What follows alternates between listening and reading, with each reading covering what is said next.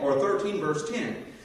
When that which is perfect comes, or that which is teleos comes, then that which is in part shall be done away.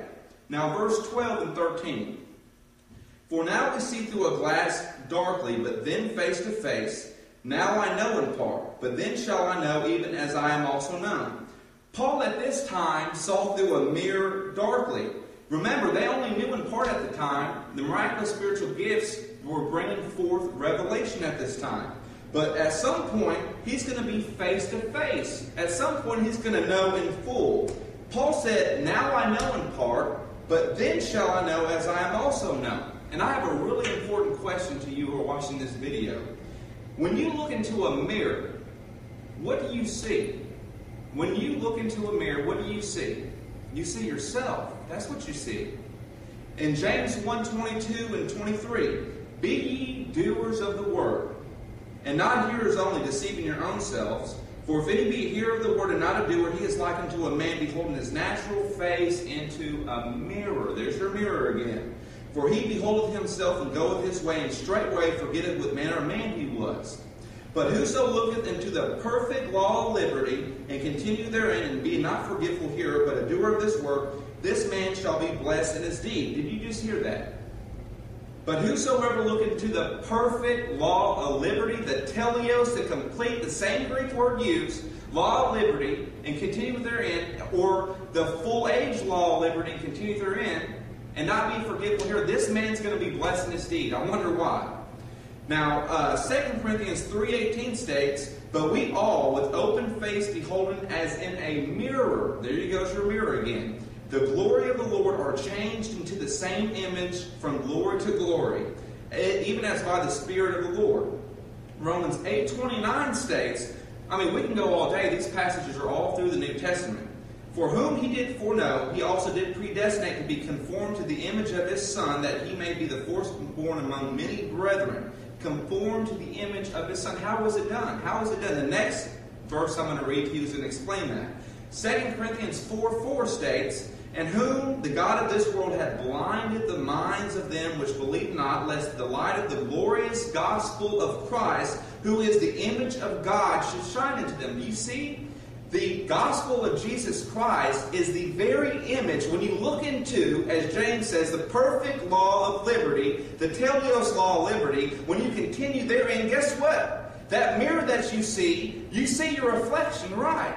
But that image that you see is not your very image. It is the image of Jesus Christ that you are and I am conformed into. It's what the context says.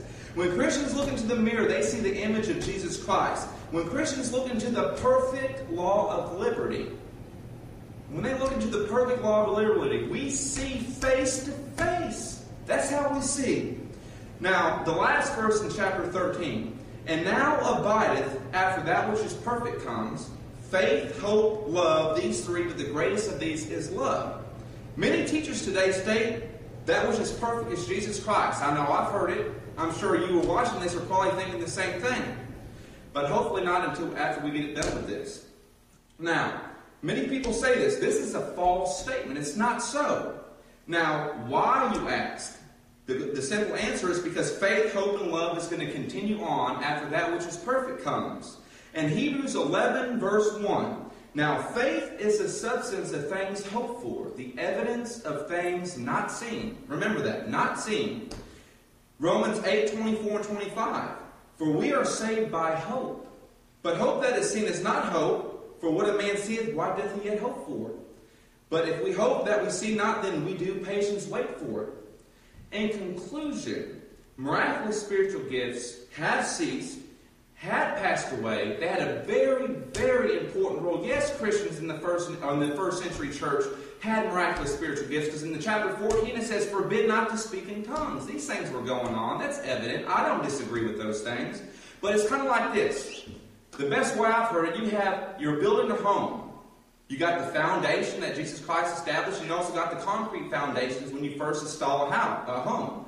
Okay? And as you're building the home, okay, you got scaffolding, or we can say miraculous spiritual gifts. As a house is being built, the scaffolding, it has a very specific role. It helps you build the home. But after the home is complete, The miraculous spiritual gifts or the scaffolding is done away with. You don't leave the scaffolding up when you after you get done and you're completed the home. After the home is perfect and complete, you take the scaffolding away. That's what the miraculous spiritual gifts were given to the church, and that was their purpose.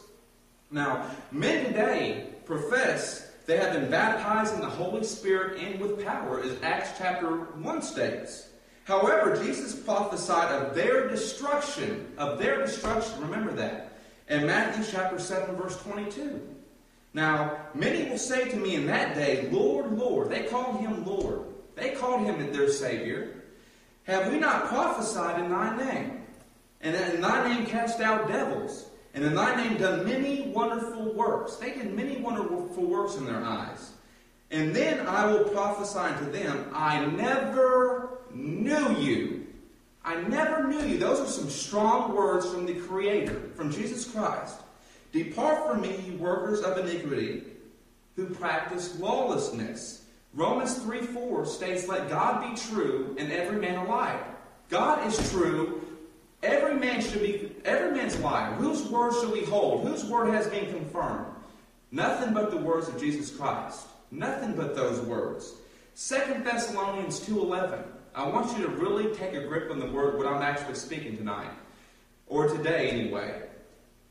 2 Thessalonians 2:11 and 12. And for this cause, God will send them strong delusion, that they should believe a lie, that they all might be damned, who believe not the truth, but have pleasure in unrighteousness. They had pleasure in unrighteousness. Okay? What is a strong delusion going to feel like? It's going to feel right. That's the point. It's a strong delusion. Please harden not your heart to these words. Please examine the context and really read the passages in 2 Timothy 2:15, which states, study to show yourself approved unto God, a workman that needs not to be ashamed, but rightly dividing the word of truth. Thank you very much. Amen.